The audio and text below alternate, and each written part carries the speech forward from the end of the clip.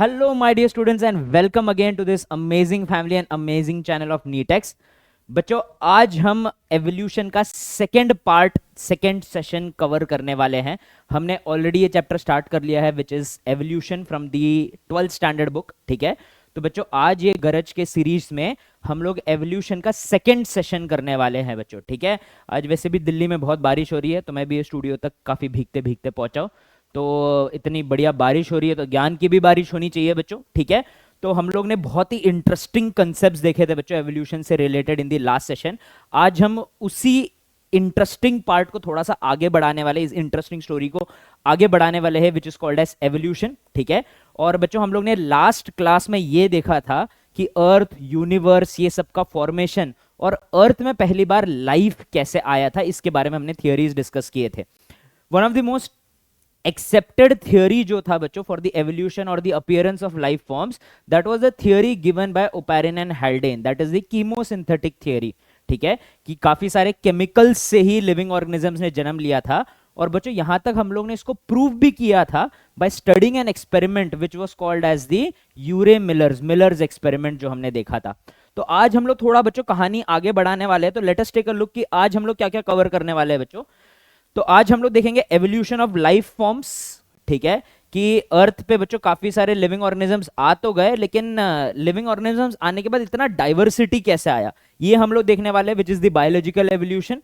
और एविडेंसेस भी पढ़ेंगे बच्चों कि अगर अर्थ में एवोल्यूशन हुआ था तो हम कैसे मान ले, इसके क्या क्या एविडेंसेस है supporting the theory of the evolution of life forms. ठीक है, चलिए without any further delay let us start today's very interesting class, that is the evolution of life forms and the early evolution of life forms, जिसमें हम लोग थोड़े early theories को पहले discuss करेंगे कि वो पुराने जमाने के लोग क्या कहा करते थे एवोल्यूशन ऑफ लाइफ फॉर्म्स के बारे में। और दूसरा हम लोग देखेंगे अ वेरी माइलस्टोन थियोरी जो डार्विन भाई साहब ने दिया था बच्चों।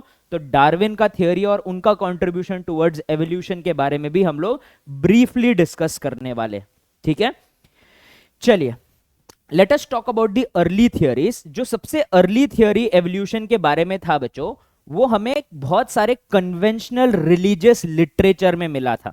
ठीक है, सालों पहले बच्चों 1700, 1600 या 1500 की अगर मैं बात करूं, तो काफी सारे कन्वेंशनल रिलीजियस लिटरेचर में हमें कुछ कुछ थियोरीज मिले regarding the evolution of life forms. तो चलिए बच्चों थोड़ा डिस्कस कर लेते हैं what did the early conventional religious literature told us. ठीक है, so one of the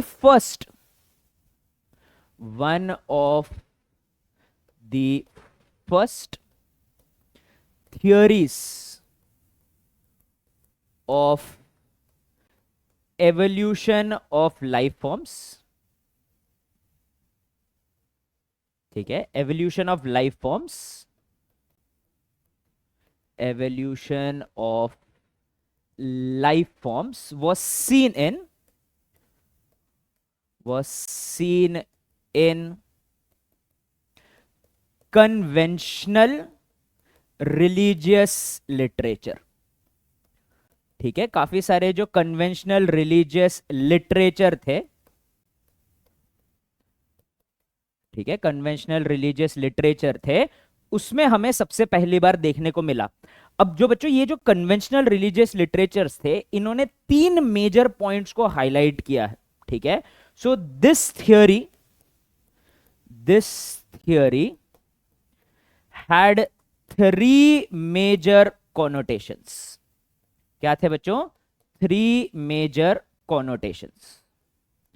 connotations का मतलब है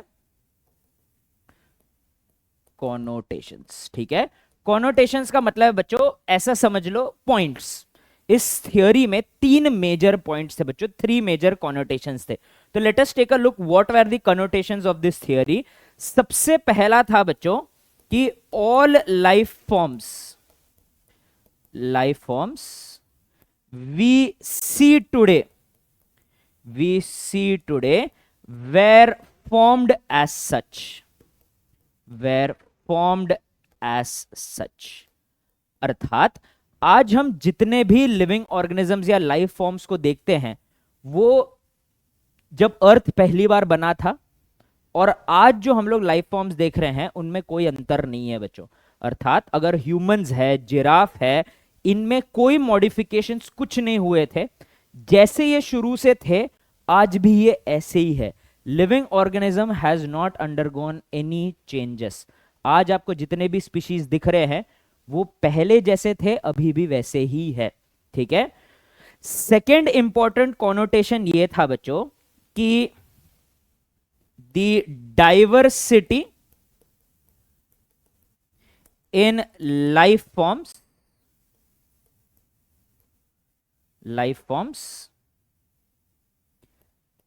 remained constant since its formation। जब अर्थ में पहली बार लिविंग ऑर्गेनिजम्स आए बच्चों, आज हमें जितने डाइवर्सिटी मिलते हैं उतने ही डाइवर्सिटी के थे, अर्थात कोई डायनासोर वगैरह नहीं थे, ये सब कहानी है। ठीक है, ये मैं नहीं बोल रहा बच्चों, थियोरी बोल रहा है। ठीक है, कि कोई नए या पुराने डाइवर्सिटी नहीं थे, अर्थात आगे जाके कोई नए स्पीशीज नहीं आने वाले हैं, ना ही ऐसे कोई स्पीशीज थे जो गायब हुए थे। जितने स्पीशीज पहली बार लाइफ फॉर्म्स बनते वक्त जितना डाइवर्सिटी था, आज भी उतना ही डाइवर्सिटी है। हमारे लिविंग ऑर्गेनिज्म के डाइवर्सिटी में कोई एडिशन या सब्ट्रैक्शन ना ही हुआ है ना ही होगा, ऐसा कहना था बच्चों। ठीक है, और last but not the least था बच्चों, earth was formed 4000 years ago. Earth और उसके सारे लाइफ फॉर्म्स 4000 साल पहले बने। ठीक है, अब बच्चों इन सारे थियोरीज को काफी इजीली रिफ्यूट किया जा सकता है, हर एक पॉइंट को। फॉर एग्जाम्पल बच्चों, अगर मैं पहले पॉइंट की बात करूं कि सारे लिविंग ऑर्गेनिजम्स जैसे थे वैसे ही है, दैट इज नॉट ट्रू बच्चों। हमें पता है कि बैक्टीरिया जो है वो एंटीबायोटिक रेजिस्टेंट हो चुके हैं, काफी सारे इंसेक्ट्स जो है वो इंसेक्टिसाइड रेजिस्टेंट हो चुके हैं। हम में ही बहुत ज्यादा चेंजेस है बच्चों। हमारे जो जीन्स है, हमारे जो क्रोमोसोम्स है, उनका साइज में बहुत ज्यादा चेंज हुआ है। ह्यूमन का एवोल्यूशन अगर आप लोग देखोगे, हमारे एंसेस्टर्स के बारे में पढ़ोगे, तो हमारे और हमारे एंसेस्टर्स में काफी ज्यादा फर्क था। अगर आप बॉडी का स्टैचर ले लो, ब्रेन का साइज ले लो, क्रेनियम का साइज ले लो, हमें ये फॉसिल के एविडेंस से पता चला है कि ह्यूमन जैसे स्पीशीज ने भी over a period of time काफी चेंजेस अंडरगो किए हैं।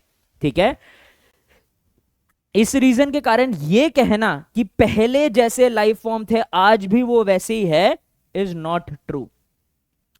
सेकेंड थियरी ये था कि diversity in living forms remain constant in its formation. तो हम डायनासोर के बच्चों फॉसिल कैसे एक्सप्लेन कर सकते हैं? अगर जितने स्पीशीज थे उतने ही थे, तो डायनासोर्स के फॉसिल कहां से आए? डायनासोर गायब क्यों है? डायनासोर आज भी क्यों नहीं है? डोडो समान बर्ड्स एक्सटिंक्ट क्यों हुए हैं? ठीक है, so there are a lot of extinction के इवेंट्स। काफी सारे बड़े बड़े दूसरे जानवरों के हमें फॉसिल मिले हैं जो आज एग्जिस्ट नहीं करते हैं। हमारे आंखों के सामने कुछ कुछ स्पीशीज एग्जिस्ट हो चुके हैं, एक्सटिंक्ट हो चुके हैं। हमारे आंखों के सामने नए स्पीशीज जो है वो प्रकट हो चुके हैं, भले वो माइक्रो ऑर्गेनिजम्स के ही क्यों ना हो। देयरफॉर ये वाला जो कॉनोटेशन है वो भी रॉन्ग है बच्चों।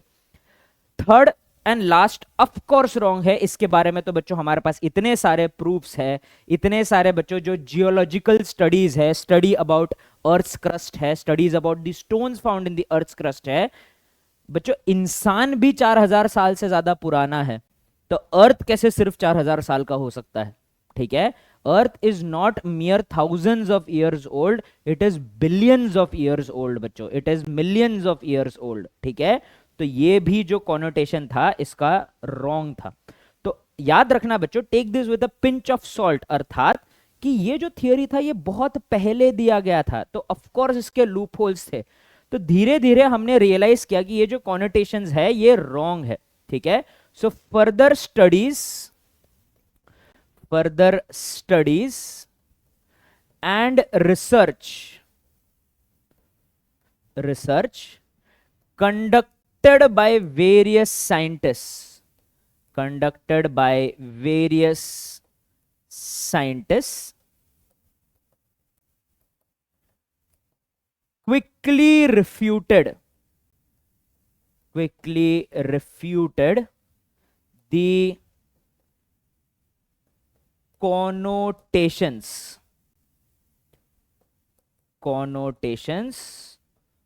Of this theory. हमने काफी क्विकली रियलाइज कर लिया था कि इस थियोरी के जो सारे पॉइंट्स है बच्चों वो सारे ही गलत है। ठीक है, सिर्फ किसी थियोरी को गलत बोल देना काफी नहीं है बच्चों। अगर वो थियोरी गलत है तो आप सही जवाब दीजिए। अगर आप किसी चीज को गलत बता रहे हो तो आपका भी तो जिम्मेदारी बनता है कि सही चीज बताना। इसी रीजन के कारण बच्चों द मिस्ट्री रिमेन्ड कि अर्थ पे लिविंग ऑर्गेनिज्म आए, ओके ठीक है मान लिया, लेकिन इतने सारे अलग अलग प्रकार के लिविंग ऑर्गेनिजम्स कैसे आए, दैट क्वेश्चन रिमेन्ड ओपन। और बहुत टाइम लगा, बहुत सारे रिसर्चर्स, बहुत सारे साइंटिस्ट का हमें बच्चों, बहुत सारे यहां तक फिलोसोफर की भी मैं बात करूंगा, इनके थियोरीज, इनके आइडियाज को जोड़ जोड़ के आज हमें समवॉट एक क्लियर पिक्चर मिल रहा है बच्चों कि how did evolution of life forms occur. कि अर्थ में जब लिविंग ऑर्गेनिजम्स आए तो ठीक है, लेकिन इतने सारे प्रकार के लिविंग ऑर्गेनिजम्स कैसे बने, इतना डाइवर्सिटी कैसे हुआ, बायोलॉजिकल एवोल्यूशन कैसे हुआ, ये हमें धीरे धीरे समझने में थोड़ा सा टाइम लग गया बच्चों। और इसमें एक बहुत इंपॉर्टेंट माइलस्टोन था, the contribution of the father of evolution, जिनको आज हम फादर ऑफ एवोल्यूशन बुलाते हैं बच्चों, that is Charles Darwin. Okay, so let us take a look at the story of this amazing scientist जिसका नाम था बच्चों चार्ल्स डार्विन। अब बच्चों चार्ल्स डार्विन जो है ना, ठीक है, सो Charles Darwin, Charles Darwin gave important contributions, important contributions towards our understanding, towards our understanding of biological evolution, understanding of biological evolution। ठीक है, बायोलॉजिकल एवोल्यूशन के तरफ ना बच्चों चार्ल्स डार्विन ने काफी सारे इंपॉर्टेंट कॉन्ट्रीब्यूशंस दिए थे। ठीक है, फॉर एग्जाम्पल बच्चों पहले मैं तुम लोग को थोड़ा चार्ल्स डार्विन की कहानी सुना देता हूं। ऐसा नहीं था बच्चों कि अगर हम न्यूटन की कहानी सुने, आइंस्टाइन की कहानी सुने, हम क्या सुनते हैं बच्चों, बचपन से ही ये लोग ब्रिलियंट लोग थे, खतरनाक इंटेलिजेंस, खतरनाक शार्पनेस बच्चों। ठीक है, हम काइंडा रिलेट नहीं कर पाएंगे, हम कहां से बच्चों इतने इंटेलिजेंट हो गए। Charles Darwin was a very very average student. ठीक है, और बच्चों he did not like over exceed या कुछ ज्यादा ही बच्चों उसमें पोटेंशियल, ऐसा कुछ नहीं था, बहुत ही मीडियोकर स्टूडेंट था बच्चों। लेकिन उसका इंक्लिनेशन साइंस की तरफ और बायोलॉजी की तरफ काफी ज्यादा था। तो हमारे मम्मी पापा तो हम उतना अच्छे एवरेज परफॉर्म कर रहे थे बच्चों, अच्छा मारपीट कर देंगे अपने साथ, लेकिन चार्ल्स डार्विन के parents were pretty well to do and very very supportive. तो उन्होंने क्या बोला कि इसका इंटरेस्ट को बढ़ावा देने के लिए हम इसको एक वॉयज पे भेजते हैं। और जिस शिप में चार्ल्स डार्विन ने वॉयज किया था बच्चों, एक टूर समझ लो बच्चों, दुनिया का टूर जहाज में। ठीक है, और ये एक साइंस एक्सपेडिशन था बच्चों, टाइटैनिक की तरह नहीं था, विच वॉज मोर लीजर वाला एक्सपेडिशन। ये मोर रिसर्च ओरिएंटेड बच्चों, अलग अलग कंट्रीज में रुकना, अलग अलग टापुओं पे रुकना और देखना वहां पे बायोडाइवर्सिटी क्या है, ऑब्जर्वेशंस रखना। तो एचएमएस बीगल नाम के एक शिप में डार्विन ने वॉयज किया था दुनिया भर। अब जब बच्चों ये ऑलमोस्ट फॉर ईयर्स, ठीक है, 2 to 3 years 4 years से जब पूरा एचएमएस बीगल का इन्होंने वॉयज किया था, इन्होंने बहुत सारे अलग अलग कंट्रीज में जाके रुके थे, वहां के लिविंग ऑर्गेनिजम्स के बारे में देखा। यहां तक डार्विन का हॉबी था बच्चों कि वो बीटल्स कलेक्ट कर देते, बीटल छोटे छोटे इंसेक्ट होते हैं, and he started to observe कि काफी सारे उनके ऑब्जर्वेशन आने लगे कि कैसे बीटल्स ऑफ अलग अलग कंट्री इतना अलग दिखते हैं। और इसी ऑब्जर्वेशन के कारण बच्चों Darwin was able to formulate a early theory for evolution. ठीक है, सो डार्विन ने कैसे फॉर्मुलेट किया था बच्चों, सो डार्विन, ठीक है, Darwin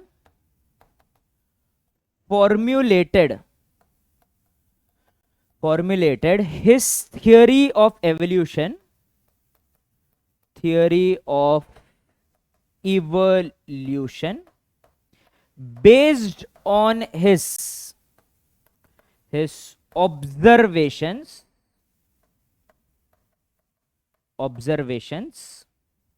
made during the made during the voyage of, ship का नाम याद रखना बच्चों, नीट में आ सकता है। शिप का नाम है HMS बीगल। क्या नाम है बच्चों शिप का नाम? HMS beagle. HMS बीगल का रूट बच्चों पूरे दुनिया से, ऑलमोस्ट पूरा दुनिया गोल घूमने समान हो गया। जो बच्चों England, Darwin was a britisher, ठीक है। तो प्लायमथ नाम का बच्चों एक कोस्ट सिटी है, वहां से HMS बीगल की जर्नी स्टार्ट हुई। यहां से बच्चों ये एक छोटे से केप वर्डे नाम के जो बच्चों एक टापू है, आइलैंड है, वहां पे गए, ठीक है। फिर केप वर्डे से बच्चों साउथ अमेरिका में बहाया, रियो डी जेनेरियो ब्राजील में, मोंटीवीडियो, फाल्कन आइलैंड जो है वेरी वेरी फेमस आइलैंड्स बच्चों, ठीक है, वालपेरिसियो, कैलोलिमा और गैलापेगोस। और गैलापेगोस इनके जर्नी का एक बहुत इंपॉर्टेंट पार्ट था बच्चों, ठीक है। ज्यादातर जो डार्विन ने अपने थियोरीज और ऑब्जर्वेशन से द थियोरी ऑफ एवोल्यूशन को फॉर्मुलेट किया था, they were made on this island which is present on in the country Ecuador, जिसका नाम है गैलापेगोस आइलैंड, ठीक है। गैलापेगोस आइलैंड की ये खास बात भी है बच्चों, गैलापेगोस आइलैंड एग्जैक्टली पड़ता है इक्वेटर पे, ठीक है। अगर मैं एक इक्वेटर का लाइन ड्रॉ करूं तो गैलापेगोस आइलैंड एग्जैक्टली इक्वेटर पे पड़ता है, और इक्वेटर पे बायोडाइवर्सिटी बहुत हाई होती है बच्चों, ठीक है। तो काफी सारे ऑब्जर्वेशन किए बच्चों गैलापेगोस आइलैंड में। गैलापेगोस आइलैंड से फिर वो पहुंचे ऑस्ट्रेलियन सब कॉन्टिनेंट, सिडनी, सिडनी से होबार्ट न्यूजीलैंड के आसपास, ठीक है। King George island, king George sound करके जो है बच्चों टापू, वहां पे। फिर वहां से दी कोकोस कीलिंग आइलैंड में पहुंचे। कोकोस कीलिंग आइलैंड से मॉरिशियस, मॉरिशियस से अफ्रीका में, साउथ अफ्रीका में केप टाउन, केप टाउन में से वापस बहाया, बहाया से वापस केप वर्डे, केप वर्डे से एजोरेस, एजोरोस से वापस प्लायमथ। मतलब ऐसे गए साउथ अमेरिका से होते हुए, फिर ऑस्ट्रेलिया, ऑस्ट्रेलिया से होते हुए इंडियन ओशन के आइलैंड्स, इंडियन ओशन के आइलैंड से होते हुए साउथ अफ्रीका, साउथ अफ्रीका से दोबारा साउथ अमेरिका, साउथ अमेरिका से दोबारा फिर वापस यूरोप में ब्रिटिश। तो पूरे दुनिया का एक गोल चक्कर काट लिया बच्चों HMS बीगल के वॉयज में डार्विन ने, ठीक है। And he made some important observations, he made some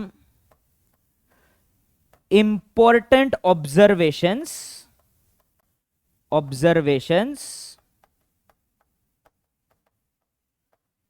on the Galapagos island, ठीक है। गैलापेगोस आइलैंड पे इन्होंने बहुत सारे बच्चों, इक्वाडोर नाम के जो कंट्री पे एक पड़ता है, इक्वाडोर भी नाम इसीलिए है बच्चों क्योंकि ये इक्वेटर पे पड़ता है, इक्वाडोर नाम के इस कंट्री पे इन्होंने ये सारे चीजों को ऑब्जर्व किया चार्ल्स डार्विन भाई साहब ने। और चार्ल्स डार्विन का थियोरी ये था, इसके बारे में हम डिटेल में आगे बढ़ेंगे बच्चों, लेकिन उसका रफली थियोरी ये था कि एग्जिस्टिंग लिविंग ऑर्गेनिजम्स के ऊपर कुछ ना कुछ एनवायरमेंटल प्रेशर आता है, और उस एनवायरमेंटल प्रेशर के कारण ही हम लोग चेंज होते हैं या हमारा चेंज डिजायरेबल हो जाता है। इसने, डार्विन ने अपने थ्योरी को बेस किया दो इंपॉर्टेंट चीजों के ऊपर, ठीक है।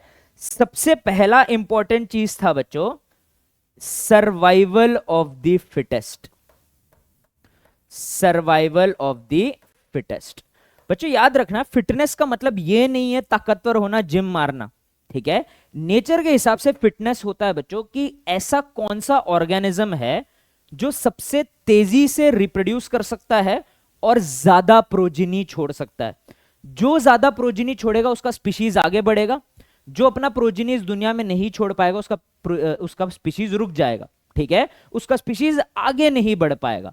तो याद रखना बच्चों, यहां पे फिटनेस का मतलब कौन सा फिटनेस हो गया? The fitness here means reproductive fitness, fitness, ठीक है, रिप्रोडक्टिव फिटनेस हो गया, ठीक है।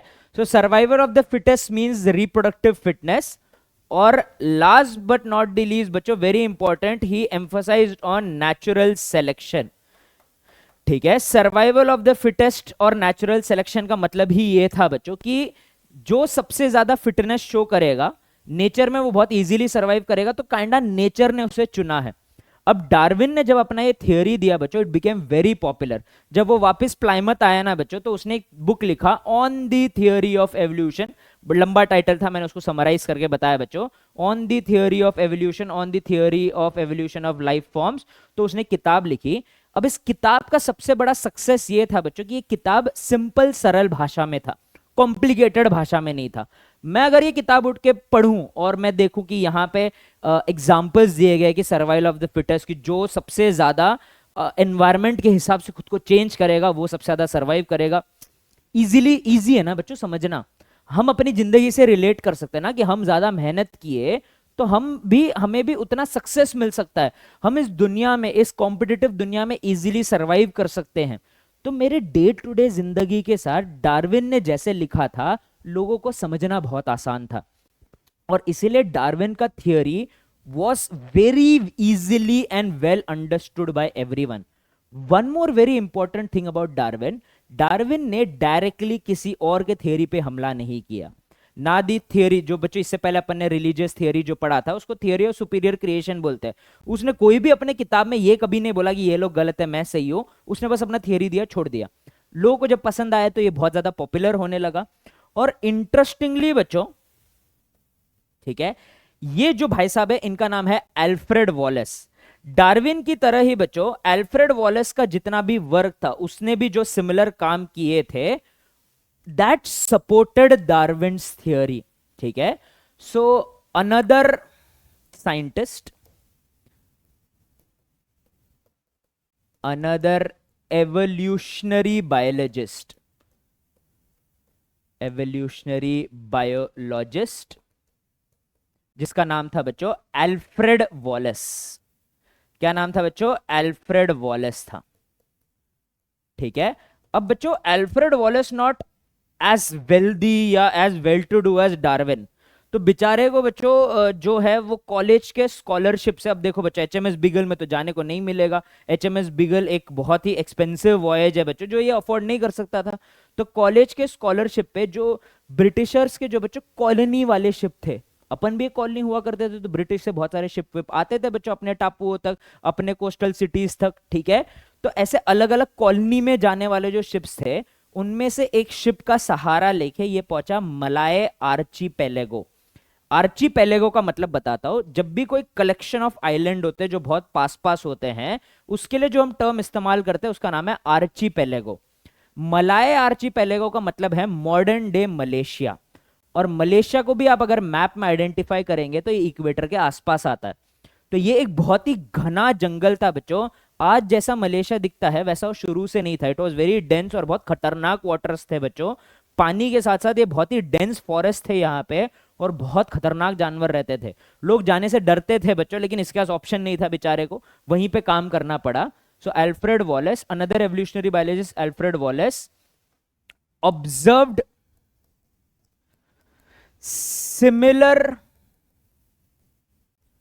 similar things as Darwin, and also reached similar conclusion. ठीक है, अब ऐसा भी कहा जाता है कि अल्फ्रेड वॉलेस जो था ना बच्चा, अल्फ्रेड वॉलेस डार्विन का थियोरी देख चुका था, पढ़ चुका था और हाईली इंस्पायर्ड था बच्चों डार्विन से। तो उसने बच्चों जब मलाय आर्चिपेलागो में काम किया तो उसने बहुत सारे एविडेंसेस भी इकट्ठा किए। याद रखना डार्विन का जो थियोरी था वो it was majorly based upon observation, not any proofs. लेकिन अल्फ्रेड वॉलेस के पास बहुत सारे प्रूफ्स थे, एक्चुअल मंकीज के फॉसिल थे, इनवर्टिब्रेट्स के एक्सोस्केलेटन थे। तो उसने बहुत सारा प्रूफ इकट्ठा किया था बच्चों।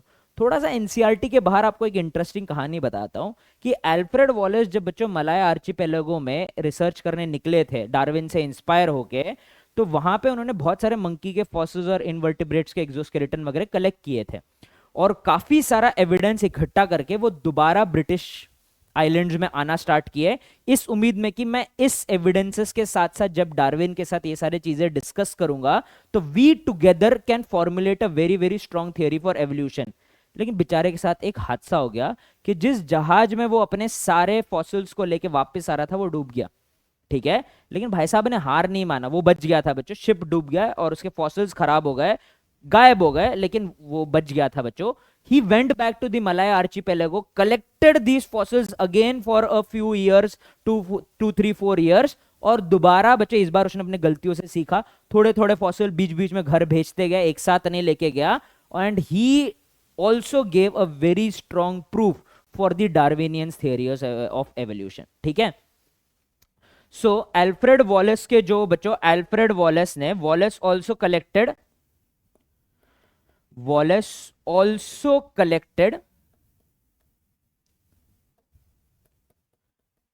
collected various proofs on his expedition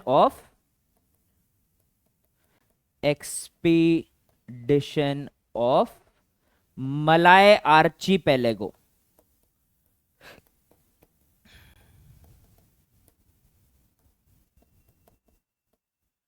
Archipelagos, which supported Darwin's theory. क्या किया बच्चों, इसने डार्विन के थियरी को सपोर्ट किया, इसने जो भी बोला ना बच्चों, उसने क्या किया, डार्विन के थियरी को सपोर्ट किया। ऑलराइट बच्चों, ओके, सो ये था डार्विन का contribution towards the early understanding of biological evolution. इनके थियरीज के बारे में और इनके थियरीज के जो फाइन पॉइंट्स है, इसके बारे में हम आगे दोबारा डिस्कस करेंगे, लेकिन इनका कंट्रीब्यूशन इतना ज्यादा था बच्चों कि अब धीरे धीरे एवोल्यूशन एज अ कंसेप्ट लोग एक्सेप्ट करना स्टार्ट कर रहे थे। और डार्विन के और बच्चों अल्फ्रेड वॉलेस के बारे में बहुत कम जन जानते हैं, लेकिन इसका भी कंट्रीब्यूशन काफी हैवी था। डार्विन का तो था ही बच्चों, इंस्ट्रूमेंटल कंट्रीब्यूशन था, लेकिन अल्फ्रेड वॉलेस, डार्विन, इन सबके वर्क्स के कारण दुनिया में धीरे धीरे एवोल्यूशनरी बायोलॉजिस्ट और एवोल्यूशन की तरफ इंटरेस्ट दिखाने वाले लोग बढ़ गए, जिसके कारण बच्चों हमें धीरे धीरे एवोल्यूशन समझ में आने लगा। एवोल्यूशन समझने के लिए सबसे पहला और सबसे इंपॉर्टेंट चीज था to understand the evidences which are present. ठीक है, सबको बच्चों क्राइम स्टोरीज, क्राइम डॉक्यूमेंट्री से सब तो बहुत पसंद होगा। जब भी कोई क्राइम होता है या कुछ होता है, जो इन्वेस्टिगेटर्स रहते हैं, जो पुलिस रहते हैं, जो डिटेक्टिव्स रहते हैं, वो क्या करते हैं, सबसे पहले हमारे हाथ में क्या क्या एविडेंस है उसको कलेक्ट करना और उसको स्टडी करना कि ये एविडेंस से हमें क्या पता चलता है। जब हम सारे एविडेंसेस को स्टडी करते हैं, ये समझने की कोशिश करते हैं कि इस एविडेंस से हमें क्या पता लग रहा है, तब हम एक कहानी सेट करना स्टार्ट कर सकते हैं। जब हमें वो कहानी समझ में आती है, तब जाके हम वो मिस्ट्री सॉल्व कर पाते हैं। सेम अप्रोच हमें लगाना है बच्चों एवोल्यूशन पे। सो अब हम लोग क्या करने वाले हैं, अब हम लोग ये देखने वाले हैं कि what are the different evidences which exist in the world to prove कि एवोल्यूशन हुआ था और इस तरीके से ही हुआ था। So let us take a look at our next topic. ठीक है, ये टॉपिक तो हो गया अपना, हैप्पी डायनासोर आ गया बच्चों दोबारा, and let us jump on to the next part which is the evidence of evolution. Evidence of evolution में बच्चों स्टे ट्यून्ड, ठीक है, स्टे ट्यून्ड, क्योंकि बहुत इंटरेस्टिंग चीजें हैं बच्चों।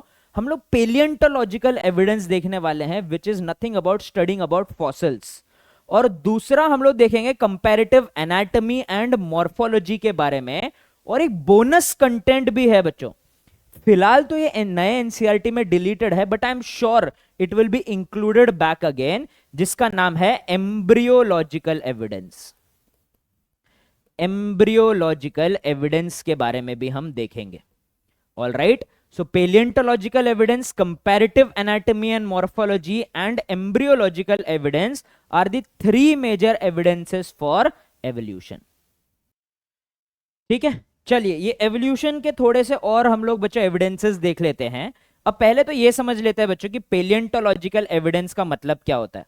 ठीक है, so the study of fossils, ठीक है, स्टडी ऑफ फॉसिल्स, ठीक है, जो फॉसिल्स का स्टडी होता है, study of fossils and the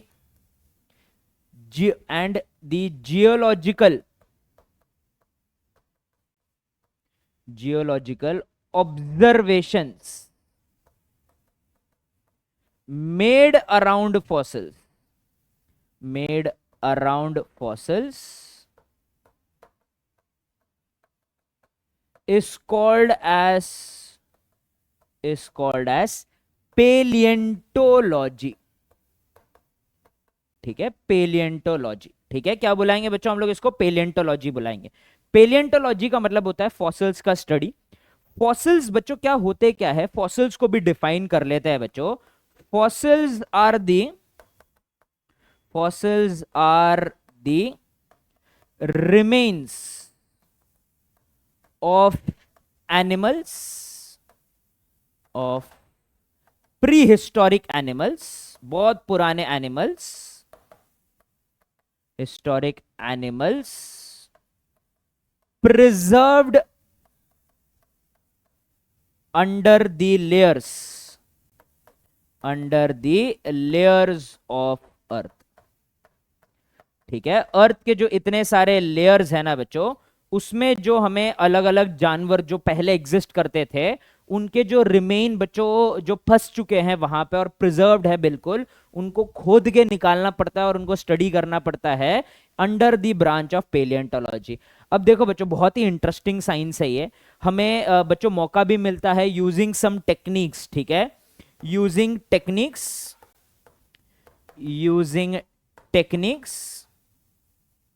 like carbon dating. ठीक है, कार्बन डेटिंग, जहां पे अपन लोग C12 C14 जो आइसोटोप्स होते हैं कार्बन के, उनका एक सेट परसेंटेज होता है बच्चों एटमॉस्फेयर में. सिमिलरली अपने बॉडी में भी उसके कारण एक सेट परसेंटेज होता है. तो जो कन्वर्जन या डिके होता है बच्चों of the isomers of carbon, वो डिके का रेट सेट होता है. तो हम जब भी हमें कोई फॉसिल मिलते हैं तो हम स्टडी करते हैं कि इसमें परसेंटेज क्या है कार्बन के आइसोटोप्स का, और उस परसेंटेज से हमें समझ में आता है कि ये कितना पुराना है. तो कार्बन डेटिंग में वो करता है बच्चों. और कुछ मॉडर्न टेक्निक है, ठीक है, जैसे कि इलेक्ट्रॉन स्पिन रेजोनेंस, जिसको ESR थियरी बुलाते हैं. ESR थियरी के बारे में बच्चों अनफॉर्चुनेटली माफी चाहता हूं, मैं नहीं बता पाऊंगा बच्चों, बहुत ही हाई केमिस्ट्री है इसमें. ठीक है, इलेक्ट्रॉन का बिहेवियर, इलेक्ट्रॉन का स्पिन रेजोनेंस कुछ चेंज होता है, तो उसको भी स्टडी करके हम लोग पता लगा सकते हैं बच्चों. तो कार्बन डेटिंग और ESR समान टेक्निक्स है. It is possible to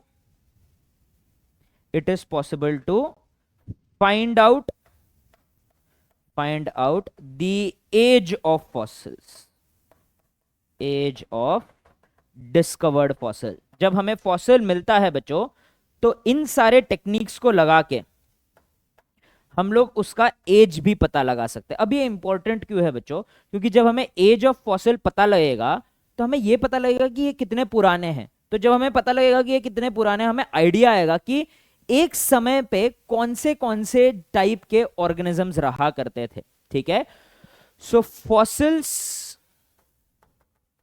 are an important tool to establish a timeline of biological evolution.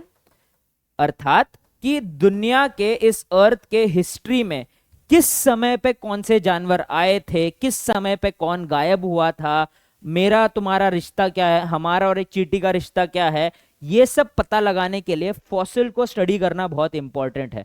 So at timeline of biological evolution and phylogenetic relationships. ठीक है, important to establish a timeline of biological evolution and phylogenetic relationship. Phylogenetic relationship का मतलब क्या है बच्चों? अलग अलग living organisms के बीच के रिश्ते को एस्टैब्लिश करने को हम लोग फाइलोजेनी या फाइलोजेनेटिक रिलेशनशिप बुलाते हैं. और एक चीज याद रखना बच्चों कि हमारा जो जियोलॉजिकल टाइम स्केल है, जियोलॉजिकल टाइम स्केल अर्थात अर्थ का जो टाइम स्केल है, जहां पे अलग अलग टाइम पे अलग अलग चीजें हो रही थी, कि एक टाइम पे बच्चों मीटियोर बरस रहे थे, एक टाइम पे अर्थ कुछ ज्यादा ही ठंडा हो गया था, तो बहुत सारे अलग अलग लेयर्स ऑफ अर्थ बने हैं बच्चों, तो अलग अलग टाइम पीरियड पे बहुत सारे अलग अलग इवेंट्स हुए थे बच्चों अर्थ में। अर्थ में जो जो इवेंट्स थे ना बच्चों, इट क्लोजली रिफ्लेक्ट्स कि हमारे में चेंज क्या आए हैं। फॉर एग्जाम्पल मैमल्स ने क्यों फर डेवलप किया, क्योंकि मैमल्स का जिस टाइम पे एवोल्यूशन हो रहा था बच्चों, तब हम लोग जस्ट आइस एज में थे या आइस एज से गुजर रहे थे। ऐसा एक टाइम जो अर्थ अनबिलीवेबली ठंडा हो चुका था बच्चों, तो हम कैसे सरवाइव करें, बाय डेवलपिंग फर। तो जो भी अर्थ में चेंजेस हुए हैं, ऑफ कोर्स वो लिविंग ऑर्गेनिज्म में भी चेंजेस में रिफ्लेक्ट करेंगे। क्यों? क्योंकि हमें तो अर्थ में ही रहना है। इसलिए याद रखना, geological time scale closely resembles the biological evolution का टाइम स्केल। ठीक है, अर्थ के changes reflects highly upon the changes which occurred in living organisms. Alright, तो ये हो गया बच्चों पेलियोंटोलॉजिकल एविडेंस। पेलियोंटोलॉजिकल एविडेंस कैसे हमारी मदद करते हैं, ये समझने के लिए हम लोग डायनासोर के एग्जांपल्स लेते हैं बच्चों। ठीक है, सो डायनासोर्स जो थे वो बहुत पहले ही मिस्टीरियसली एक्सटिंक्ट हो चुके थे। They roamed around the earth freely in the Triassic Jurassic period, और सडनली गायब हुए, जिसके रीजन हम लोग मीटियोर शावर मानते हैं, अर्थ का जो चेंजिंग क्लाइमेट है, या सल्फर क्लाउड्स को मानते हैं, मेनी डिफरेंट रीजंस, या हम ये भी मानते हैं it was a mixture of all these reasons. तो देयर वर रीजंस। तो अब डायनासोर तो गायब हो गए, आज तो एक भी डायनासोर नहीं बचा है एक्सेप्ट वन। एक डायनासोर बचा है बच्चों, उसके बारे में आपको बताऊंगा, स्टे ट्यून्ड। ठीक है, so there is one dinosaur which is left, except all of them are gone. All of them are gone. तो जो लोग जा चुके हैं उनके बारे में हम कैसे समझें? एनसीईआरटी ने डायनासोर के एवोल्यूशन का एक डायग्राम बनाया है, वो काफी इनएक्यूरेट है बच्चों। तो मैं आप लोग को थोड़ा सा समझाने की कोशिश करता हूं कि एनसीईआरटी ने अपने जो ग्राफ बनाया है उसमें उसने डायनासोर के बारे में क्या बताया है। एनसीईआरटी के डायग्राम अगर आपके पास बच्चों, आप ये लेक्चर देख रहे हो तो प्लीज अपने एनसीईआरटी किताब में वो डायनासोर का एक बार वो ग्राफ देख लेना, वो डायग्राम देख लेना। ऑन द लेफ्ट साइड बच्चों आपको ऐसे डायनासोर मिलेंगे। For example our very very sweet stegosaurus, ठीक है, या फिर ट्राइसेरोटॉप्स। जी हाँ बच्चों, मुझे डायनासोर बहुत पसंद है। ठीक है, बहुत ज्यादा पसंद है। बचपन में मेरा जो पहला फेवरेट हॉलीवुड का मूवी था वो था जोरासिक पार्क। ठीक है, अमेजिंग मूवी है बच्चों, बचपन बना दिया था इस मूवी ने मेरा। क्रेजी पागल हो गया था मैं बच्चों डायनासोर्स के लिए।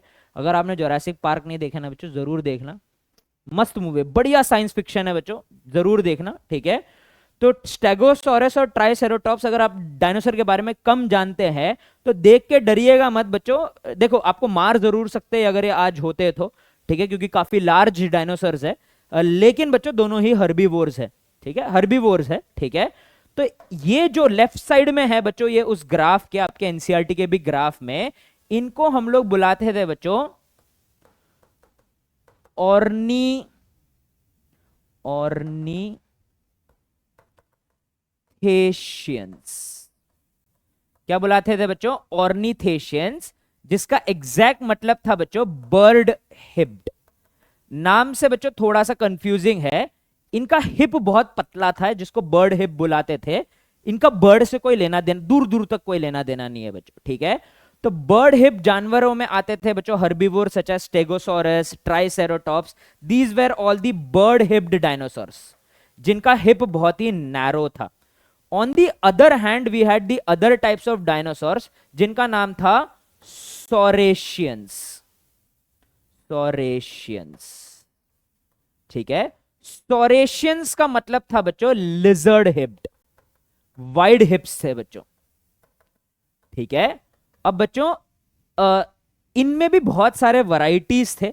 ठीक है, जैसे कि बच्चों सॉरेशियंस में थे एक ग्रुप ऑफ बहुत बड़े, दी लार्जेस्ट डायनासोर एवर, लेकिन हर्बीवोर्स। ठीक है, जैसे कि ब्रैंकियोसॉरस, ठीक है, ब्रैंकियोसॉर, ठीक है, जो कि आता था बच्चों सौरोप्सिड में। ठीक है, सौरोप्सिड में आते थे। ठीक है, तो सौरोप्सिड में very large dinosaur such as brachiosaurs आते थे, जो आपके एनसीईआरटी के डायग्राम में राइट हैंड साइड में जितने भी डायनासोर दिए सबसे राइट में, वो सारे बच्चों क्या है, वो हमारे सॉरेशियंस है। ठीक है, तो ये जो सौरोप्सिड नहीं, सॉरी, सौरोपॉड्स, ठीक है, इसमें बहुत बड़े बड़े डायनासोर आते थे बच्चों, हर्बीवोर, लेकिन जैसे कि ब्रांकियोसॉर्स, जो बहुत बड़ा और बहुत लंबा लॉन्ग नेक्ड डायनासोर था बच्चों। और last but not least the very very famous tyrannosaurus rex, जो ये डायनासोर था बच्चों, इट कम्ड अंडर थेरोपॉड्स।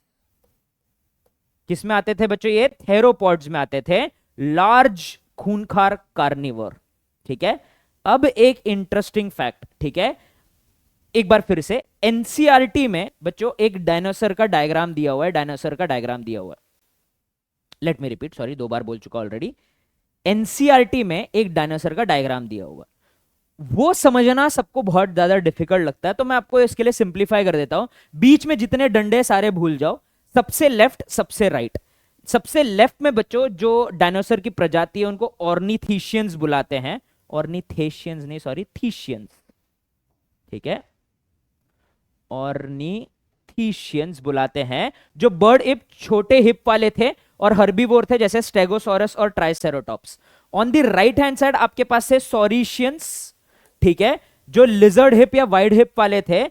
इसमें बच्चों बड़े बड़े हर्बीवोर आते थे, जैसे कि ब्रांकियोसॉर्स, ठीक है, और बड़े बड़े कार्निवोर आते थे, जैसे कि थेरोपॉड्स, ठीक है, ट्राइरैनोसोरस रेक्स, वेरी फेमस डायनासोर। और इंटरेस्टिंग फैक्ट ये है कि आज भी एक लिविंग थेरोपॉड है बच्चों, which are birds. Birds are the close relative of T rex, ठीक है, ऑलराइट। तो एनसीईआरटी का ये डायग्राम हमने बच्चों 1 मिनट के अंदर बच्चों सुलझा दिया है, ठीक है, ऑन बोथ साइड, आपको अभी समझ में आ जाएगा। बीच के जो लाइन दिए हुए हैं ना बच्चों, उन्होंने लिजर्ड विजर्ड के बारे में बस ये कहना चाहते हैं कि वो भी रेप्टाइल्स है, वो भी रिलेटेड है, इतने क्लोजली रिलेटेड नहीं है। तो एक्चुअली बच्चों जो हमारे बर्ड्स है, they are the branch of the प्रजाति ऑफ टीरेक्स, जिसको अपन लोग थेरोपॉड्स बुलाते थे। So this is what we need to convey from the NCERT का डायनासोर का डायग्राम। तो ये सब हमें कैसे पता लगा बच्चों? फॉसिल को स्टडी करके। एनसीईआरटी ने डायग्राम क्यों दिया है? फॉसिल के इंपॉर्टेंस को बताने के लिए, कि फॉसिल को स्टडी करके ही हमें ऐसे relationship between the animal such as dinosaur, जो आज बच्चों जीवित भी नहीं है, ये हम एस्टैब्लिश कर सकते हैं बाय स्टडीइंग देयर फॉसिल्स। चलिए अगले एविडेंस की ओर आगे बढ़ते हैं बच्चों। अगले एविडेंस है बच्चों comparative anatomy and morphology, that is कि अलग अलग जानवर, प्लांट एक्सेट्रा के अलग अलग पुर्जों को और ऑर्गन्स को कंपेयर करने से भी हमें एवोल्यूशन के बारे में पता लगता है। कंपैरेटिव एनाटॉमी एंड मॉर्फोलॉजी से हमने आइडेंटिफाई किए हैं कि 2 टाइप के ऑर्गन्स एग्जिस्ट करते हैं, जिससे हमें एक एक पैटर्न समझ में आता है बिटवीन लिविंग ऑर्गेनिज्म। पहले टाइप के ऑर्गन्स है बच्चों homologous organ. So now let us take a look कि व्हाट आर होमोलॉगस ऑर्गन, ठीक है। सो होमोलॉगस ऑर्गन्स, ठीक है, homologous organs are the organs which represents a common ancestry, that is different function but common origin, ठीक है। अलग अलग जानवरों को जब आप लोग स्टडी करते हो तो आपको समझ में आता है कि हमारे पुर्जों का ढांचा या फ्रेमवर्क काइंडा सेम है, लेकिन हम उन्हीं ऑर्गन्स को अलग अलग चीजों के लिए इस्तेमाल करते हैं। इसका बेस्ट एग्जाम्पल है बच्चों, अगर हम लोग अपने आर्म्स का बोन स्ट्रक्चर देखेंगे तो, ठीक है, अगर हम लोग अपने आर्म्स का बोन स्ट्रक्चर देखेंगे बच्चों, तो हमें पता लगेगा कि हमारा जो अपर आर्म है, ठीक है, अपर आर्म है, यहाँ पे एक बड़ा सा मोटा सा बोन है जो हमारे शोल्डर के साथ आर्टिकुलेट होता है, जुड़ता है, ठीक है। फिर ऐसे 2 बोन्स है बच्चों, रेडियस और अल्ना। फिर छोटे छोटे व्रिस्ट के बोन्स है 8। फिर हमारे उंगलियों का जो रूट है, मतलब अपना पाम है, उसके बोन है। और फिर छोटे छोटे उंगलियों के बोन्स है। ठीक है, तो ऐसे एक सेट पैटर्न है बच्चों, ठीक है। So we have our very very बड़ा एंड बिग बोन जो अपने इससे जुड़ता है बच्चों, शोल्डर गर्डल से, जिसका नाम है फीमर। फीमर के बाद बच्चों दो बोन आ जाते हैं, ठीक है। अगर मैं इसको ऐसे रिप्रेजेंट करूं तो यहां पे बच्चों दो बोन आ जाते हैं, which is the radius and ulna, ठीक है। सॉरी, थोड़ा नीचे दिखा रहा था। अगर हाथ कैसे इमेजिन करूं, ये हो गया फीमर, यहां पे दो बोन है which is radius and ulna, ये हमारे रिस्ट के बोन है, ये हमारे पाम के बोन है, ये हमारे उंगलियों के बोन, ठीक है। So this would be the radius, this would be the ulna, this would be our finger के बोन जिसको फैलेंजेस बुलाते हैं, ठीक है। ये हमारे व्रिस्ट के बोन्स हो गए जिसको कार्पेल बुलाते हैं, और ये हमारे पाम के बोन हो गए जिसको मेटाकार्पेल बुलाते हैं, ठीक है। अब आप जब दूसरे मैमल से कंपेयर करेंगे, जैसे कि बच्चों अगर आप लोग एक चीता का हाथ देखोगे, अगेन चीता के फोर आर्म में one bone, two bone wrist के बोन, और बच्चों ये सारे थोड़े श्रिंक होके ऐसे हो जाते हैं, मतलब ये मेटाकार्पल हो जाएगा, और ये कार्पल्स है जो फोल्ड होते हैं जिससे उनका क्लॉ बनता है, पंजा बनता है बच्चों, ठीक है, क्लॉ बनता है। बैट में बच्चों सेम अगेन ऐसा हाथ खुला हुआ रहेगा, फीमर समान एक बोन, यहां पे दो बोन, बहुत ही रिड्यूस कार्पेल और मेटाकार्पल, और बड़े बड़े लंबे लंबे फैलेंजेस, समथिंग लाइक दिस, ठीक है। एक छोटा सा बोन, यहां पे दो bone, highly reduce carpal and metacarpal, और बहुत लंबे लंबे फैलेंजेस होंगे बच्चों ऐसे। तो ये जो लंबे लंबे फैलेंजेस है, इनके बीच में स्किन एक्सटेंड होता है और उनका पंख बन जाता है कुछ ऐसे, ठीक है। तो देखो बच्चों, इन सबका फ्रेमवर्क सेम है, वाई? बिकॉज हम सब मैमल्स है। लेकिन ऐसा समझ लो बच्चों, जैसे कि हम सब हम एक, ऐसा समझ लो आपका एक दोस्तों का ग्रुप है, जहां जिस शहर में आप पले बड़े हो वहां पे आप एक 5 दोस्त रहते थे, और 12th के बाद फॉर करियर अपॉर्चुनिटीज या 11th-12th के बाद जब भी बच्चों आप लोग अलग अलग शहर चले जाते हो और 10-15 साल उस शहर में बिताते हो। आप में से कोई दिल्ली चले जाता है, आप में से कोई बैंगलोर चले जाता है, आप में से कोई मुंबई चले जाता है, आप में से कोई गुजरात चले जाता है, अलग अलग जगह, आप में से कोई अब्रॉड भी चले जाता है। जब आप 10-15 साल बाद मिलोगे, जबकि आपके रूट सेम है, आप सेम चीजों को अप्रिशिएट कर पाओगे कि हम बचपन में ये खाते थे, हम बचपन में ये खेलते थे, हम बचपन में ये पीते थे, वो सब याद रहेगा क्योंकि आपका ओरिजिन कॉमन है, आपका बच्चों कल्चर कॉमन है। लेकिन आप सब में 10-15 साल बाद अलग अलग जगह रह के काफी नोटिसेबल डिफरेंस आएंगे, बोलचाल में डिफरेंस आएगा, हम कैसे जीते हैं उसमें डिफरेंस आएगा, हम किस चीजों को वैल्यू करते हैं उसमें डिफरेंस आएगा। तो इंसान ही अलग अलग जगह में रह के अलग अलग टाइप का बच्चों चेंजेस दिखाता है अकॉर्डिंग टू द एनवायरमेंट। ऐसे ही समझ लो एक ग्रुप ऑफ एनिमल है, बिछड़ के 5 अलग अलग एनवायरमेंट में चले गया, तो बच्चों अगर आप उसको thousands and millions of years दोगे तो वो अपने एनवायरमेंट के हिसाब से चेंजेस दिखाएगा। That leads to the formation of homologous organ, ठीक है। सो व्हेन एनिमल्स या organisms of common ancestors separate and develop in different habitat, they develop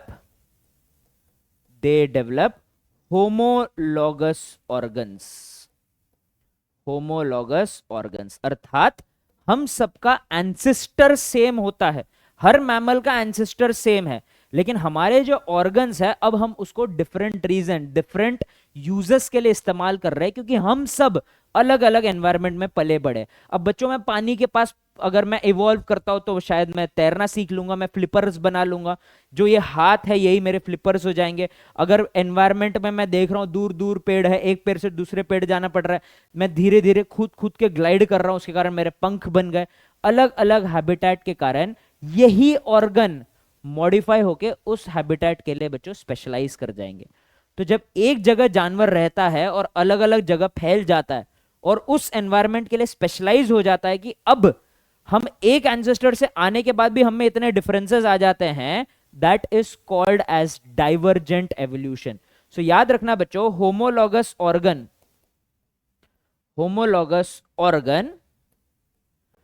are an result of divergent evolution. Divergent evolution. और क्या क्या example है बच्चों? जैसे हमने पहला एग्जाम्पल देखा, आर्म्स ऑफ वेरियस मैमल्स।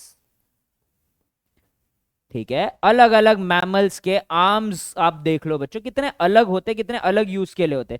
चीता तेज भागने के लिए इस्तेमाल करता है, ब्लू व्हेल तैरने के लिए अपने फोर आर्म को इस्तेमाल करता है, बैट उड़ने के लिए, हम ग्रैबिंग, क्लाइंबिंग, ये पेन पकड़ने के लिए सब इस्तेमाल कर रहे हैं। ठीक है, इसके अलावा हार्ट एंड ब्रेन ऑफ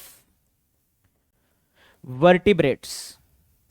ठीक है, अब बच्चों सबके सारे वर्टिब्रेट्स के हार्ट का काम सेम है, कॉमन ओरिजिन है, सारे वर्टिब्रेट्स एक ही जगह से आए हैं।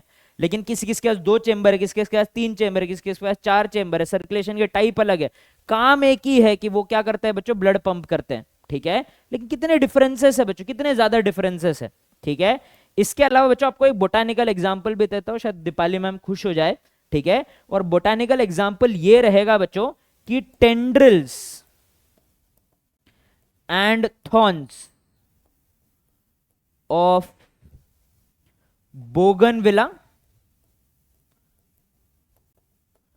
Bougainvillea and cucurbita. ठीक है, उल्टा बोल दिया शायद, tendrils of cucurbita and thorns of bougainvillea.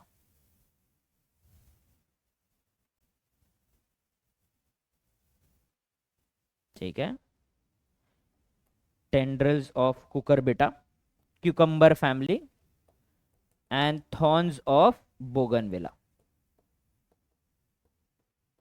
Bougainvillea respectively.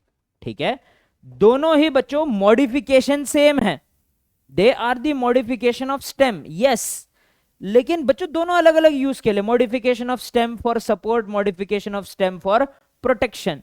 Modification same है क्योंकि ओरिजिन सेम है बच्चों, दोनों का सिमिलर फैमिलीज को बिलोंग करते हैं, रिलेटेड है बच्चों, लेकिन देखो दोनों ने अपने एवोल्यूशन के हिसाब से अलग अलग चीजों को प्रेफरेंस किया, अलग अलग एवॉल्व करके दिखाया बच्चों, right.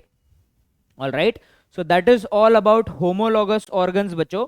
Homologous organs divergent evolution के कारण होता है, जिसको थोड़ा हम लोग डिटेल में अलग से देखेंगे कि डाइवर्जेंट एवोल्यूशन होता क्या है। लेकिन बच्चों हर एक ऑर्गन का सेम एंसेस्टर, ऑर्गेनिज्म का सेम एंसेस्टर है ऐसा भी तो जरूरी नहीं है। अब बच्चों दो अलग अलग गांव से हम लोग दो अलग अलग स्टेट को रिप्रेजेंट कर रहे हैं। ठीक है, जैसे कि बच्चों आप एग्जाम्पल ले लो, आपकी दीपाली मैम और मेरा ही एग्जाम्पल ले लो, दो बहुत अलग अलग स्टेट को रिप्रेजेंट कर रही है। मैम पली बड़ी हरियाणा में है, मैं पला बड़ा महाराष्ट्र में हूँ। ठीक है, और हम दोनों सेम जगह जॉब कर रहे हैं विच इज दिल्ली। और इवन दो हमारा अपब्रिंगिंग, हमारा कल्चर इतना ज्यादा डिफरेंट है बच्चों, आज हम जब बात करते हैं हम थोड़ा सिमिलर ही बात करते हैं, हमारा वोकैबुलरी थोड़ा सा सेम है, हम जो वर्ड्स इस्तेमाल करते हैं वो थोड़ा सेम है। क्यों? क्योंकि हम दोनों बहुत लंबे समय से ये सेम सिटी में टाइम स्पेंड कर रहे हैं, वो है दिल्ली। तो जैसे अलग अलग कल्चरल बैकग्राउंड के लोग एक जगह पे आके थोड़ा सिमिलर हो जाते हैं, वैसे अलग अलग पूर्वजों वाले जानवर जब एक जगह आते हैं तो वो सिमिलर अडेप्टेशन दिखाना स्टार्ट करते हैं। ये अडेप्टेशन का ओरिजिन बहुत अलग होता है लेकिन काम सेम होता है। होमोलॉगस ऑर्गन में ओरिजिन सेम था, काम अलग अलग हो सकता था, लेकिन यहां पे एनालॉगस ऑर्गन में ओरिजिन अलग होता है और काम सेम होता है। ठीक है, सो दी organs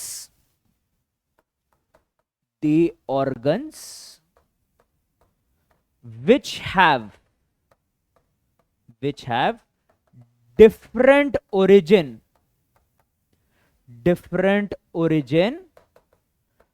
but same, या सेम नहीं बोलूंगा, similar function are called as analogous organs। ठीक है, फॉर एग्जाम्पल बच्चों कुछ एग्जाम्पल्स देख लेते हैं। यहां पे एग्जाम्पल्स हो जाएगा बच्चों हमारे विंग्स ऑफ बटरफ्लाई, जो कि उनके एक्सोस्केलेटन का मॉडिफिकेशन है, एंड विंग्स ऑफ बर्ड्स। ठीक है। बर्ड्स का विंग्स और बटरफ्लाई का विंग बहुत, एक फोरआर्म का मॉडिफिकेशन है, एक एक्सोस्केलेटन का है, एक काइटिनिशियस है, एक प्रॉपर, और एक बर्ड का विंग एक प्रॉपर ऑर्गन है। काम सेम ही करते हैं, उड़ते हैं, ठीक है, उड़ने में मदद करते हैं। दूसरा है बच्चों फ्लिपर ऑफ डॉल्फिन, जिसका एंसेस्ट्री क्या है बच्चों, मैमल का है। एंड फ्लिपर ऑफ पेंगुइन, जो कि एक बर्ड है। दोनों, एक विंग का मॉडिफिकेशन है और दूसरा बच्चों एक लेजिट फोरआर्म का मॉडिफिकेशन है, ठीक है। इसके अलावा बच्चों eyes of man and octopus, man and octopus, ऐसे बहुत सारे एग्जाम्पल है जहां पे ये लोग काम, तो आंखें तो बच्चों ऑक्टोपस का भी देखने में ही मदद करता है, मैन का भी, लेकिन eyes of octopus are derived और डेवलप फ्रॉम द स्किन का ही पिगमेंटेड सेल। लेकिन हमारा आंख इज अ प्रॉपर ऑर्गन जो रेटिना और न्यूरल टिश्यूज से बनता है बच्चों। तो काम तो सेम ही करता है लेकिन ओरिजिन डिफरेंट रहता है। ये क्यों होता है बच्चों? This occurs when organisms with different ancestors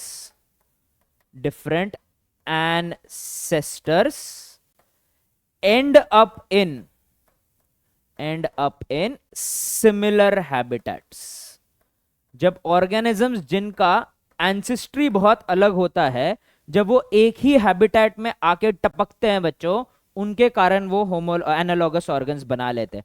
तो ये भी लिख लेते हैं बच्चों, analogous organs are a result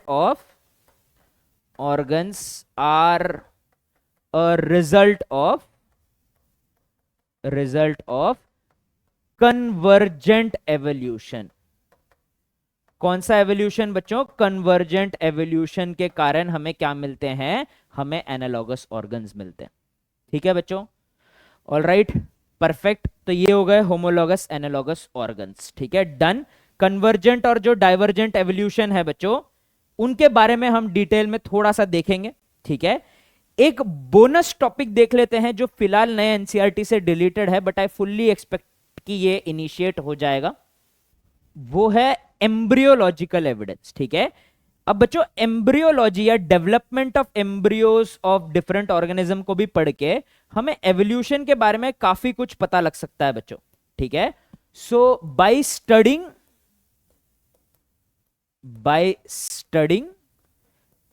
embryological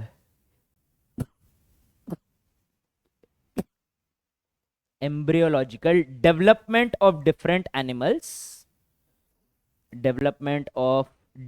animals, बच्चों ये मेजरली एनिमल्स के ऊपर ही टेस्ट किया गया था। Different animals, one can establish evolutionary relationships,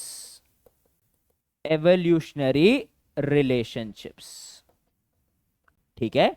ये सबसे बार किस इंसान ने दिया था? इस भाई साहब ने दिया था, जिनका नाम था Ernst Haeckel. First proposed bye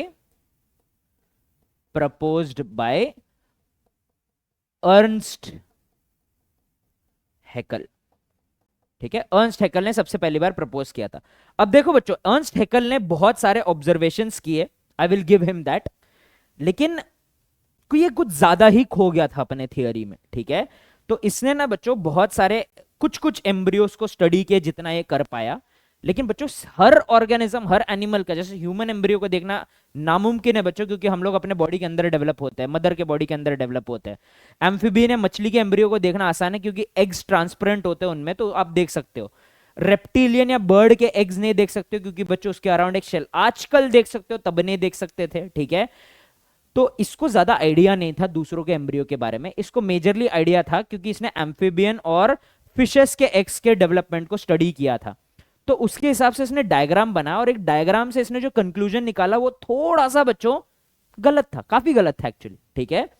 Ernest हैकल का यह कहना था कि आप अगर बच्चों अर्ली एम्ब्रियो सारे जानवर, सारे वर्टिब्रेट के देखोगे ऑलमोस्ट सेम है, और आप ये भी देखोगे कि दूसरे एनिमल्स के अडल्ट में जो स्ट्रक्चर है वो थोड़े एडवांस जानवर के एम्ब्रियो में है। अर्थात हमारा एक स्टेज जो है जिंदगी का, हमारे एम्ब्रियो का, वो दूसरे जानवर का अडल्ट स्टेज है। अर्थात मैं समझाता हूं। फिशेस के पास गिल्स है, हमारे एम्ब्रियो को स्टडी करोगे तो शुरू शुरू में गिल्स है। तो अर्नेस्ट हैकेल का ये कहना था कि ह्यूमन का एम्ब्रियो, ह्यूमन का जाइगोट, जाइगोट से बना अर्ली एम्ब्रियो, अर्ली एम्ब्रियो से पहले हम मछली बनेंगे, फिर हम बनेंगे एक एम्फीबियन, फिर हम बनेंगे एक रेप्टाइल, फिर हम बनेंगे एक बर्ड, फिर हम बनेंगे ह्यूमन। ऐसा अलग अलग जो अपने से पहले जानवर, जो लेस डेवलप जानवर है, उनके अडल्ट के स्टेजेस से गुजर के हमारा अडल्ट बनेगा। ठीक है। फॉर एग्जाम्पल इसका कहना यह था कि हमने बच्चों फिश ले लिया, ठीक है, तो फिश का जाइगोट था बच्चों, ऑल राइट, तो ये हो गया बच्चों फिश का जाइगोट। जाइगोट से बना बच्चों अर्ली एम्ब्रियो, अर्ली एम्ब्रियो से बन गया बच्चों फिश का अडल्ट, करेक्ट, ओके। इसके बाद उसने बोला कि जैसे हम एम्फीबियन ले लेते हैं, एम्फीबियन का हो गया जाइगोट, जाइगोट के बाद हो गया अर्ली एम्ब्रियो, अर्ली एम्ब्रियो के बाद हम लोग पहले बनेंगे फिश का अडल्ट, और फिश के अडल्ट के बाद और डेवलप होके हम लोग बनेंगे एम्फीबियन अडल्ट। इसने क्या देखा बच्चों, टैडपोल देख लिया, टैडपोल मछली समान दिखता है, तो इसने पहले क्या बोला, अर्ली एम्ब्रियो से पहले हम जो मेंढक है वो फिश बनेंगे, फिश के बाद ही वो फ्रॉग बनेंगे। तो एक्चुअली एक जानवर दूसरे के लार्वल स्टेज के थ्रू गुजरता है, ठीक है, ऐसा बोल दिया बच्चों इसने। सिमिलरली अगर बच्चों मैं ले लूं और एक जानवर ले लेते हैं बच्चों हम लोग, और एक जानवर कौन सा लेंगे हम लोग, रेप्टाइल ले लेते हैं, जाइगोट, जाइगोट से बने अर्ली एम्ब्रियो, अर्ली एम्ब्रियो से फिर क्या बने बच्चों, फिश का अडल्ट बने, फिश के अडल्ट से क्या बने बच्चों, हम एम्फीबियन का अडल्ट बने, एम्फीबियन के अडल्ट के बाद हम लोग क्या बनेंगे बच्चों, एम्फीबियन के अडल्ट के बाद हम रेप्टाइल के अडल्ट बनेंगे फाइनली। तो the larva of one embryo passes through the adult stage of other animal, इसके अडल्ट स्टेज से, एम्फीबियन के अडल्ट स्टेज से गुजरने के बाद ही रेप्टाइल का अडल्ट बन सकता है, ऐसा अर्नेस्ट हैकेल ने बोला। ऑफ कोर्स बच्चों पढ़ते पढ़ते ही आपको समझ में आ गया होगा कि ये कितना गलत है। तो इसको गलत प्रूव किया था बच्चों कार्ल अर्न्स्ट वॉन बेयर ने, ठीक है। So this was disproved by, this was disproved by Karl Ernst von Baer, who stated that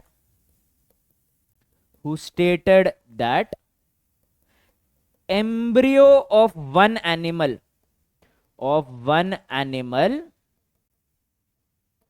cannot pass through the adult stage of another animal।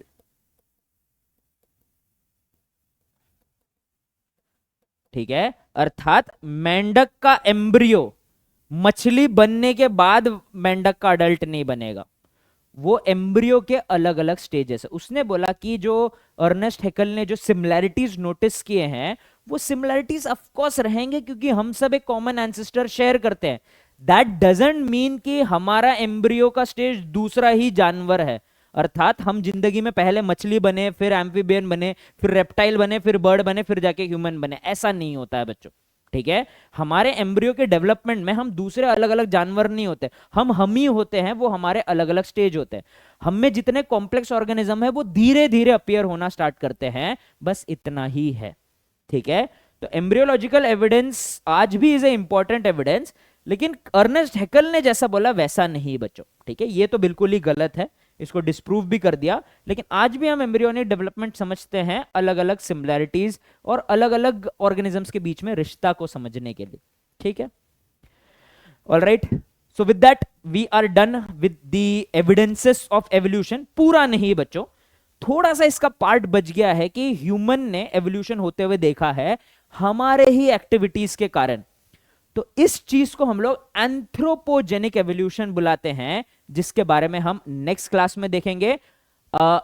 along with something which is called as adaptive radiation, that is convergent और divergent evolution के कुछ बहुत ही ठोस example, जो कि Australia का जो continent है वहां पे जो हमें बायोडाइवर्सिटी मिलता है, that is a very good example for convergent and divergent evolution, जिसके बारे में हम लोग आगे देखने वाले। ठीक है, alright, so with that we are done with today's session. तो देखते हैं बच्चों क्या क्या सीखा आज हमने एवोल्यूशन ऑफ लाइफ फॉर्म्स देखा, जहां पे हमने देखा कन्वेंशनल रिलीजियस लिटरेचर ने बिलीव किया थियोरी ऑफ स्पेशल क्रिएशन, जो डार्विन के थियोरी ने चैलेंज किया, डायरेक्टली नहीं इनडायरेक्टली। डार्विन ने कंक्लूड किया कि एग्जिस्टिंग लाइफ फॉर्म्स जो है वो सिमिलरिटी शेयर करते हैं, सिर्फ हम लोगों के बीच में नहीं, लेकिन उन भी जानवरों के साथ हमारे सिमिलरिटीज होते हैं जो millions of years ago exist करते थे। इसने फिटनेस के बारे में बात किया। डार्विन के अकॉर्डिंग फिटनेस जो होता है बच्चों, वो सिर्फ और सिर्फ वो रिप्रोडक्टिव फिटनेस के बारे में बात कर रहा है। जो जानवर ज्यादा रिप्रोड्यूस करके जितने ज्यादा प्रोजेनी छोड़ पाएगा, वो ही इस दुनिया में टिक पाएगा और दूसरे जानवर पेरिश हो जाएंगे। Hence, those who are better fit in an environment will leave more progeny than the others. These therefore will survive more and hence are selected by nature. ठीक है, natural selection. एविडेंस देखे बच्चों, काफी सारे evidence है, पेलियंटोलॉजिकल, anatomical, embryological, biogeographical etcetera. पेलियंटोलॉजिकल वो evidence होते हैं बच्चों जिसमें हम फॉसिल के रिकॉर्ड्स पढ़ते हैं, which reveal the structural features of species that existed in the past. ठीक है, कंपैरेटिव स्टडीज ऑफ एम्ब्रियो सब ऑफ अलग अलग स्पीशीज से भी हमें बहुत सारे लिंक समझ में आते हैं, जिसको अपन लोग एम्ब्रियोलॉजिकल एविडेंस ऑफ एवोल्यूशन बोलते हैं। इसके अलावा हमने comparative anatomy and morphology, that is homologous और एनालॉगस ऑर्गन के बारे में भी पढ़ा है बच्चों इस सेशन में। Alright, with that we are done with today's session बच्चों। ठीक है, ऐसा देखो कितने सारे अलग अलग टाइप के बच्चों फॉसिल हो सकते हैं। Petrified fossil, trace fossil, living fossil, mould fossil, cast fossil, index fossil, preserved remains, permineralised, carbon imprint, transitional fossil, बहुत सारे फॉसिल्स है बच्चों। ठीक है, तो ऐसा समझ लो बच्चों, ये एवोल्यूशन के मर्च है, मर्चेंडाइजेस है। आप ये मर्चेंडाइजेस कैसे खरीद सकते हो? नहीं खरीद सकते हो। पेलियंटोलॉजिस्ट बन जाओ बच्चों, पूरा अर्थ को खोद खोद के निकालो, वहां से आपको ये आपको एवोल्यूशन के मर्चेंडाइज मिलेंगे। बहुत ही लिमिटेड एडिशन मर्चेंडाइज है बच्चों, ट्रस्ट मी। कोई खतरनाक डायनासोर का एक नंबर फॉसिल आप ढूंढ लिए ना बच्चों, मिलियनियर बन जाओगे, मस्त फेमस हो जाओगे बच्चों। ठीक है, so go hunt this millionaire, hunt this limited edition merchandise which are the सुंदर सुंदर एवोल्यूशन वाले fossils. In the next session हम इस कहानी को आगे बढ़ाएंगे, और इंटरेस्टिंग होने वाला है बच्चों ये कहानी, और हम लोग एवोल्यूशन के बारे में समझने वाले हैं। हम यहां कैसे आए हैं उसकी कहानी भी हम काफी क्लियरली धीरे धीरे समझने वाले हैं। Till then, goodbye, take care. This is your zoology master teacher Venky sir, signing of.